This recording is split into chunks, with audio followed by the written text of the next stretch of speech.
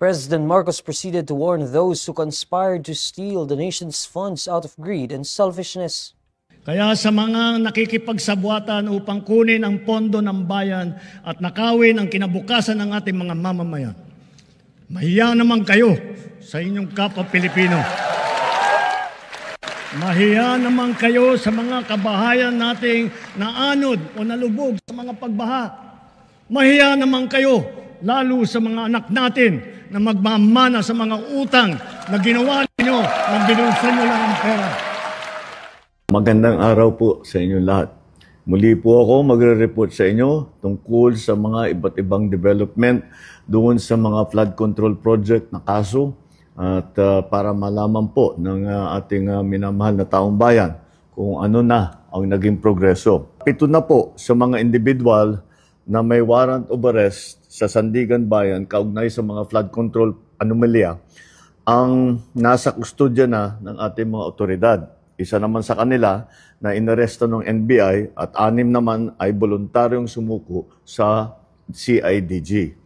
Meron din 2 akusado po na nagpahayag na ng intensyon na sumuko at susundin na ang PNP CIDG. Yung isa pong nahuli ng NBI natagpuan doon hindi sa kanyang sariling tirahan. Kaya't mananagot din yung mga nagtatago sa kanila.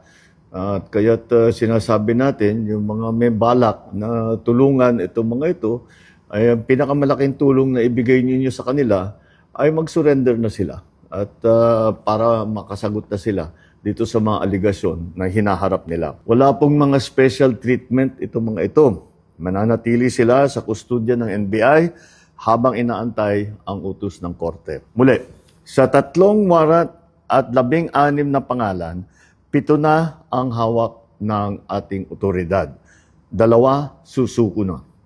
7 ang mananatiling at large at kasama na dyan si Saldico. Sa lahat ng natitirang akusado, ang aking payo sa inyo ay sumuko na kayo. Huwag nyo nang antayin na habul-habulin pa kayo. Mas maganda para sa sitwasyon ninyo na sumuko na kayo para maganda ang inyong pagsagot sa mga aligasyon na dinala kontra sa inyo. Sa mga nagtatangkang tumulong sa pagtatago, tandaan ninyo na kahit papaano mananagot din kayo kung kayo ay nagtatago ng isang fugitive from justice.